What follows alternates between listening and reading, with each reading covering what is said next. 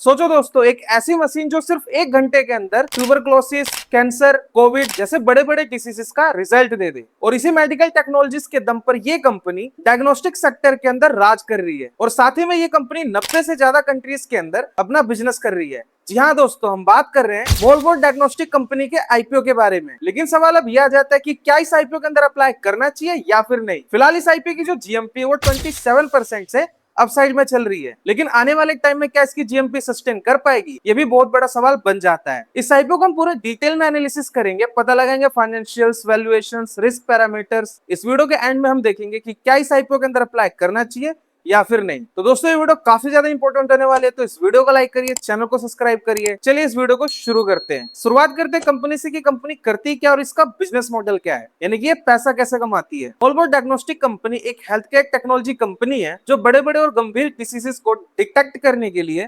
Diagnostic machine, साथ ही में testing kit को बनाती है। और इस कंपनी का जो सबसे मेन प्रोडक्ट है वो ट्रूनेट मशीन है, जैसे टीबी यानी कि ट्यूबरक्लोसिस, कोविड-19 और 30 से भी ज्यादा डिसीजेस का टेस्ट सिर्फ 1 घंटे के अंदर पता लग जाता है। बाकी दोस्तों, इस कंपनी का बिजनेस मॉडल सिंपल सा है। ये कंपनी अपने मशीन्स को सप्लाई करके साथ ही में जो टेस्ट करने वाले किट होते हैं उसको अलग से सप्लाई करके इस कंपनी का मेन रेवेन्यू आता है। और वही इस कंपनी का जो बिजनेस है वो 90+ कंट्रीज के अंदर फैला हुआ है, वहां से ये कंपनी अलग कमाती है। वेल दोस्तों, ये तो हमने देख लिया कि कंपनी करती क्या और इसका बिजनेस मॉडल क्या है। अब हम बात कर लेते हैं इस आईपीओ से जुड़े हुए टाइमलाइंस और इंपॉर्टेंट डिटेल्स के बारे में। दोस्तों, इस आईपीओ का टोटल इशू साइज है वो 940 करोड़ रुपीस का देखने को मिल रहा है, जिसमें से 200 करोड़ रुपीस का फ्रेश इशू और बचा हुआ 740 करोड़ रुपीस है ये ऑफर फॉर सेल है। इसी के साथ दोस्तों, इस आईपीओ का जो प्राइस बैंड है वो 768 रुपीस से लेकर के 807 रुपीस तक का देखने को मिलेगा। और इनके सिंगल लॉट के अंदर 18 शेयर्स रहेंगे। अगर आपको रिटेल कैटेगरी के अंदर इनका एक लॉट अप्लाई करना है तो आपके पास 14,526 रुपीस की अमाउंट होनी चाहिए। साथ ही में एचएनआई, बिग एचएनआई की डिटेल्स आप ऊपर चेक कर सकते हैं। इसी के साथ दोस्तों, अगर हम इस आईपीओ के रिजर्वेशंस की बात करें, ये अपना 50% का स्टेक क्यूआईबी सेक्शन के लिए रिजर्व रखेगी। साथ ही में जो रिटेल कैटेगरी है उसको 35% और एचएनआई यानी कि एनआईआई के लिए 15% का स्टेक रिजर्व रखेगी। और वही दोस्तों, बात करेंगे इस आईपीओ के टाइमलाइन की, तो इस आईपीओ की ओपनिंग 10 अगस्त से लेकर के 12 अगस्त तक की देखने को मिलेगी। और इस आईपीओ की जो अलॉटमेंट है 13 अगस्त को के फिनटेक की साइट पर आ जाएगी। और वही बात करेंगे इस आईपीओ की लिस्टिंग की, वो में 17 अगस्त को देखने को मिलेगी, यानी 17 अगस्त को इसके स्टॉक्स के अंदर आप बाइंग और सेलिंग कर सकते हैं। वेल दोस्तों, ये तो हमेशा की तरह हमने टाइमलाइन देख लिया। अब हम बात कर लेते हैं इस आईपीओ से जुड़े हुए फाइनेंशियल्स और फंडामेंटल डिटेल्स के बारे में। शुरुआत करते हैं इनकी बैलेंस शीट से। 2025 के अंदर जो इनके असेट्स थे वो 1461 करोड़ रुपीस के थे। 2026 में ये इंक्रीज होकर हो जाते हैं 2148 करोड़ रुपीस के। यहाँ पर असेट इंक्रीज होते हुए देखने को मिल रहा है। साथ ही में इंपॉर्टेंट सेगमेंट रेवेन्यू की बात करें, 2025 के अंदर जो इनका रेवेन्यू यानी कि टोटल इनकम थी वो 1027 करोड़ रुपीस की थी। 2026 में ये इंक्रीज होकर हो जाती है 1455 करोड़ रुपीस के, यानी जो इनका रेवेन्यू पिछले एक साल के अंदर 42% से इंक्रीज हुआ है।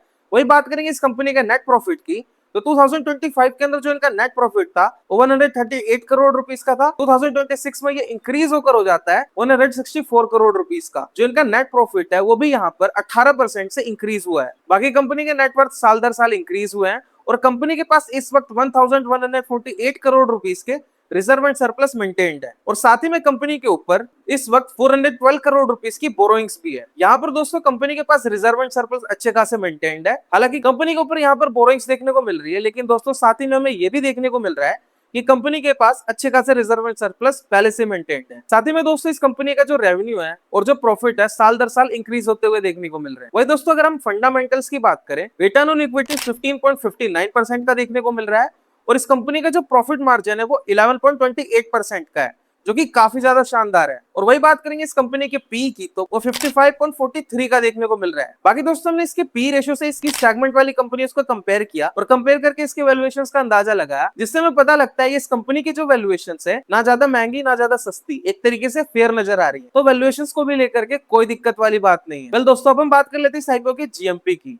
दोस्तों, इस वक्त इस आईपीओ की जो जीएमपी वो 27% से अपसाइड में देखने को मिल रहा है, यानी पर लॉट पर 3,960 रुपीस तक की लिस्टिंग गेन मिल सकते हैं। लेकिन अगेन डिस्क्लेमर देना चाहूंगा, जीएमपी टाइम आने पर चेंज हो जाते हैं, आप इस पे रिलायबल ना रहे। दोस्तों, आपको स्टॉक मार्केट और टाइमली जीएमपी को ट्रैक करना है तो आप हमारे टेलीग्राम ग्रुप से जुड़ सकते हैं। जिसका लिंक हमने डिस्क्रिप्शन के अंदर मेंशन कर रखा है। वेल दोस्तों, अब हम बात कर लेते हैं इस आईपीओ से जुड़े हुए ऑब्जेक्टिव्स की, कि इस आईपीओ से मिलने वाला जो पैसा है उससे ये कंपनी क्या करना चाहती है। इस आईपीओ के ऑब्जेक्टिव्स की बात करें तो दोस्तों हमें दो ही ऑब्जेक्टिव्स देखने को मिल रहे हैं। कंपनी अपने पहले ऑब्जेक्टिव के अंदर 125 करोड़ रुपीज से अपनी कंपनी के रिसर्च, डेवलपमेंट और इंफ्रास्ट्रक्चर पर फंड करेगी, और 80 करोड़ रुपीज से गोवा के अंदर, और 80 करोड़ रुपीज से गोवा के अंदर इनकी एक और कंपनी है, वहां पर ये मशीनरीज को बाय करेगी। वेल दोस्तों, तो हमने काफी सारी चीजों को चेक कर लिया।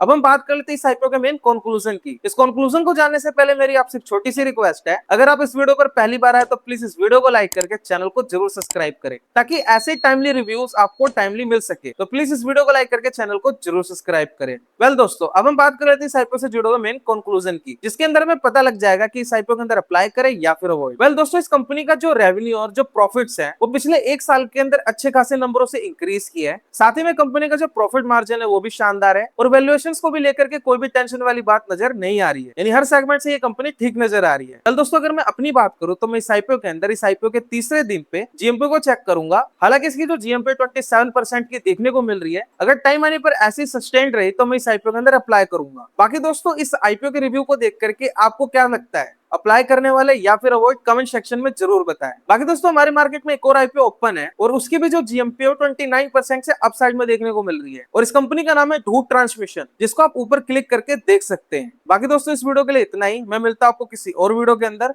तब तक के लिए आप अपना ख्याल रखिए। गुड बाय, जय हिंद।